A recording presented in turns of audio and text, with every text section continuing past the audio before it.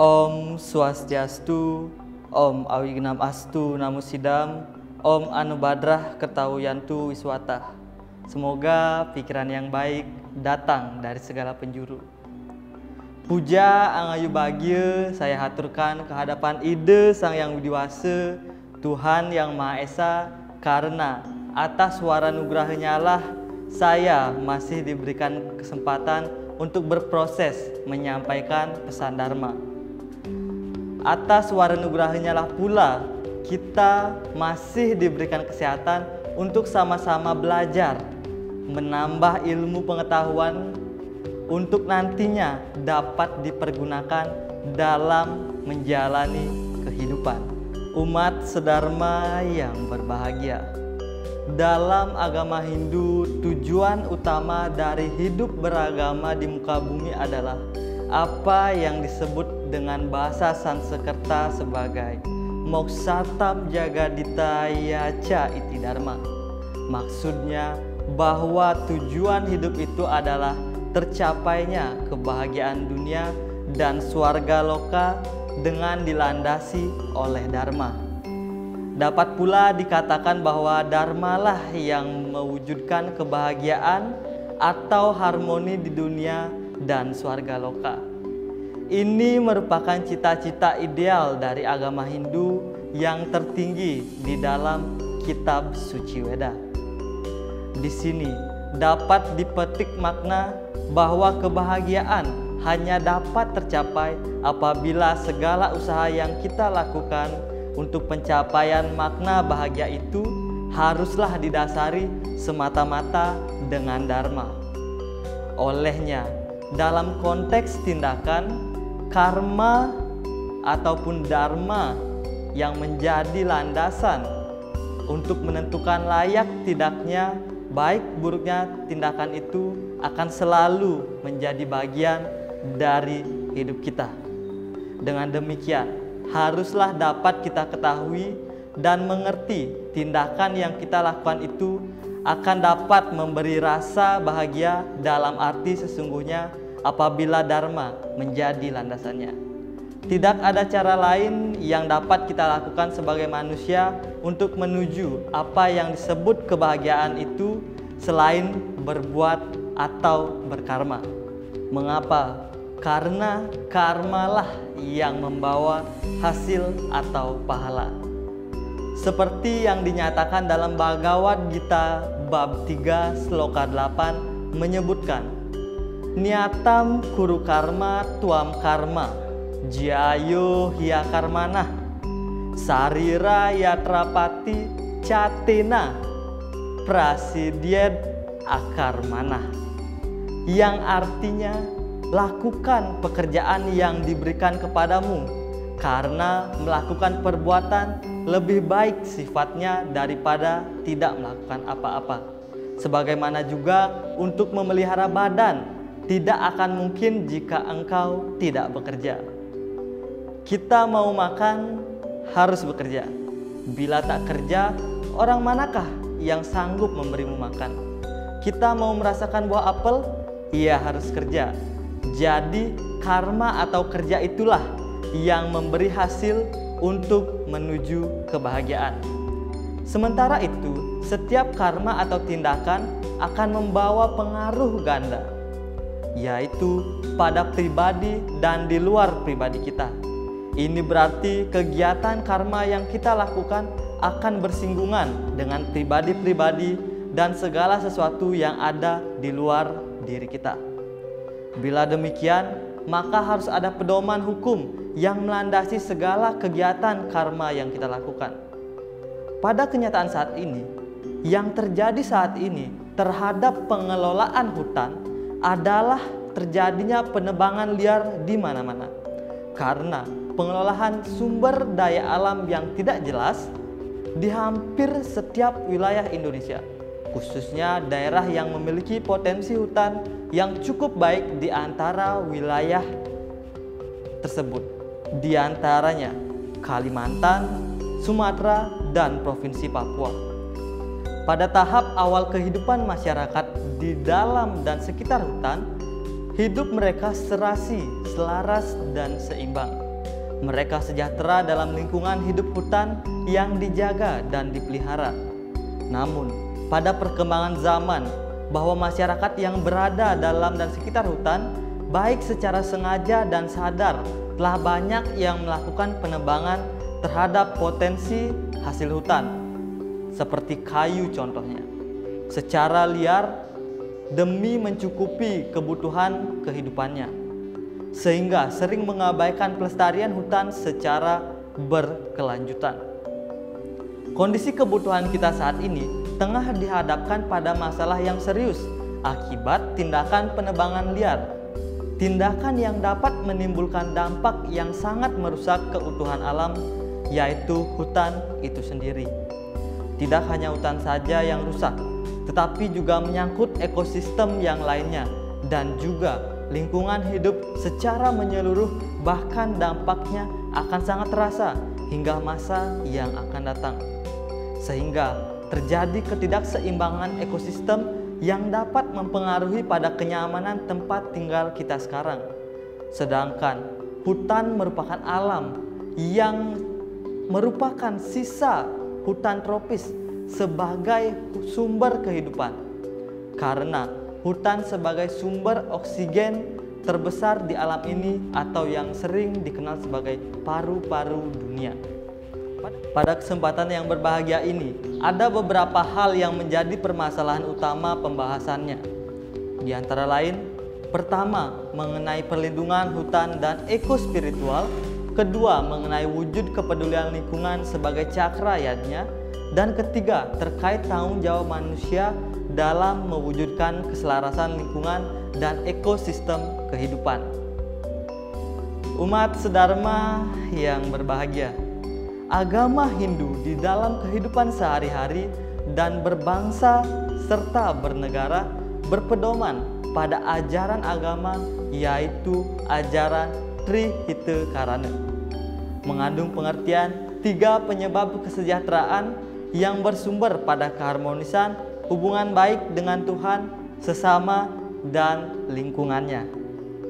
Pelaksanaan ajaran Trihita-karana ini dalam kehidupan manusia dapat diwujudkan melalui hubungan dengan Tuhan, yaitu melaksanakan ibadah, kemudian hubungan dengan manusia dengan cara menjalin komunikasi dan kehidupan sosial, serta menjalin toleransi antar umat beragama. Kemudian hubungan dengan sesama manusia dapat diwujudkan dengan melaksanakan hubungan yang baik antar sesama, intern umat beragama dan antar umat beragama. Itu dapat dijalani dengan membina hubungan yang harmonis sesama manusia yang sering dikenal sebagai pawongan. Dan yang ketiga, adapun itu bagiannya adalah tentang palemahan ataupun hubungan harmonis manusia dengan lingkungannya, yang pada kali ini konteksnya adalah perlindungan hutan yang menjadi bagian yang tidak terpisahkan dari diri manusia, apalagi dalam kaitannya dengan pemahaman spiritual yang ada dalam diri manusia untuk tetap peduli dengan lingkungan sekitar kita sebagai upaya untuk meningkatkan spiritualitas. Umat sedharma yang berbahagia, dalam kehidupan dunia ini kita harus menggunakan jalan dari dunia empiris untuk menyeberangi fenomena dunia ini, sehingga akan mencapai keadaan transempiris yang berupa pembebasan dari kelahiran dan kematian. Keadaan ini tertuang di dalam Bhagavad Gita bab 7 sloka 16 yang disebutkan sebagai berikut.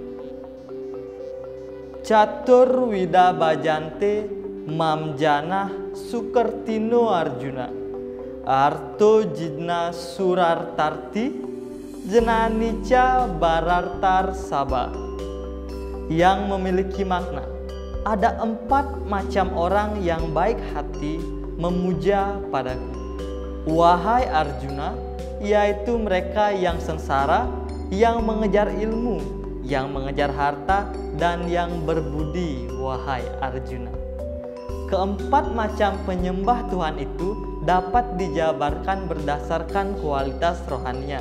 Ada yang kualitasnya masih sangat awal, ada yang sudah lebih maju, dan ada juga pemuja Tuhan atau banjate yang sudah berkualitas tinggi. Pada dasarnya bahwa seseorang yang telah mempersembahkan dirinya kepada Tuhan adalah orang yang berbudi luhur. Artinya bukan anggota badan kita yang dipotong-potong dan dipersembahkan kepada Tuhan, tetapi mempersembahkan buah pikiran yang digunakan untuk mengarungi kehidupan manusia dan alam sebagai bagian integral yang tidak dapat dipisahkan karena keduanya saling membutuhkan. Hal ini diibaratkan dalam niti sastra sebagai singa dengan hutan. Keduanya ada untuk saling menjaga dan memelihara. Kehidupan manusia saat ini sudah terpengaruh dengan adanya sifat hedonisme konsumtif yang mengarahkan manusia pada hal yang membelenggu daripada ikatan dunia manusia itu sendiri. Manusia beragama hanya sebagai identitas dan adanya muatan politik dengan menggunakan segala cara untuk menguasai, dan keserakahannya itu hanya untuk kepentingan pribadi serta golongannya. Pertemanan antar sesama manusia hanya dilandasi berdasarkan kepentingan yang menguntungkan bagi dirinya, sehingga persahabatan, cinta hanya dibeli dengan nominal yang bersifat sementara. Kekayaan alam yang saat ini menjadi aset negara diambil tanpa mempertimbangkan efek negatif bagi lingkungan sekitar dan keberlangsungan makhluk hidup tersebut. Kesemuanya ini disebabkan oleh adanya egoisme, kekuasaan, keserakahan, dan kebutaan tentang arti kehidupan. Selanjutnya dalam kitab Pancawati dijabarkan mengenai 3 fungsi hutan untuk membangun hutan lestari atau wana asri, yakni yang pertama, Mahawana adalah hutan belantara sebagaimana sumber kehidupan manusia dan pelindung sebagai sumber untuk berbagai hayati yang ada di dalamnya. Mahawana juga sebagai waduk yang menyimpan dan mengalirkan air sepanjang tahun. Air dalam ajaran agama Hindu seperti dinyatakan dalam Bhagavad Gita 14 bahwa makanan berasal dari air atau hujan. Munculnya hujan dari yadnya, dan yadnya itu adalah karma. Dari ajaran Bhagavad Gita itu dapat kita ambil maknanya bahwa marilah kita berkarma nyata untuk memelihara hutan yang kita miliki ini, karena tanpa hutan yang lestari kita akan mengalami krisis air yang sama saja dengan krisis kehidupan. Ini mengajarkan kita agar kita mengetahui fungsi penting dari hutan dan berusaha untuk selalu menjaganya. Adapun yang kedua adalah tapawana, merupakan fungsi hutan sebagai sarana dalam spiritual yang menggemakan ajaran spiritual di mana hutan para pertapa mendirikan ashram dan memanjatkan doa serta mengajarkan ajaran-ajaran suci ke dalam setiap hati umat manusia. Di sini tersirat ajaran bahwa manusia harus menjaga tingkat kesucian dari hutan hingga orang tidak dengan seenaknya menebang pohon yang terdapat di hutan. Kemudian yang ketiga ada Sriwana, adalah hutan yang dipergunakan sebagai sarana ekonomi masyarakat, karena dari hutanlah sebagian hasil bumi dapat dihasilkan. Dengan merusak hutan berarti merusak salah satu penunjang ekonomi masyarakat. Ketiga konsep ini sama dengan pola pikir modern di mana orang modern juga memiliki pemikiran bahwa hutan merupakan paru-paru dunia yang menjaga keseimbangan alam dan tempat menyimpan air yang menjadi sumber air tanah, dan hutan juga dapat menjadi tempat rekreasi untuk menenangkan diri dari jenuhnya menjalani rutinitas. Umat sedharma yang berbahagia, hubungan harmonis antar sesama manusia, terlebih lagi antar umat beragama akan dapat tercipta dengan landasan Tatwam Asi. Tatwam Asi bermakna itu adalah engkau, dia adalah kamu, dia adalah aku, engkau adalah aku, dan seterusnya. Ajaran etika ini mengajarkan supaya memperlakukan orang lain seperti berlaku pada diri sendiri. Alam merupakan tempat tinggal manusia, sekaligus sebagai tempat untuk mencari makanan. Tidak ada makanan bagi manusia yang tak berhubungan dengan alam atau buana. Artinya, alamlah penunjang kesejahteraan manusia itu. Ajaran ini merupakan perintah bagi setiap manusia untuk menghargai alam. Upaya peningkatan penyuluhan dan pembinaan agar lebih ditingkatkan lagi sampai ke seluruh lapisan masyarakat luas, agar pelestarian alam dapat terkendali dari kerusakan dan kepunahannya. Pemerintah agar lebih jelas memberikan batasan wilayah hutan lindung dan hutan bukan lindung agar tidak diganggu oleh manusia yang tidak bertanggung jawab. Umat sedharma yang berbahagia, mari kita senantiasa menjaga hutan ini karena keberadaan hutan sebagai sumber oksigen untuk seluruh kehidupan di dunia ini. Jadilah sifat seperti pohon, merupakan lambang keuniversalan sehingga kita tidak perlu untuk membeda-bedakan satu dengan yang lainnya. Sehingga pada akhirnya akan terwujudlah rasa cinta kasih. Semoga Hyang Widiwasa selalu memberikan kerahayuan kepada semua makhluk. Om Sarwe Bawantu Sukinah, Sarwe Santu Niramaya, Sarwe Badrani Pasyantu, Makasci Duka Bagbawet.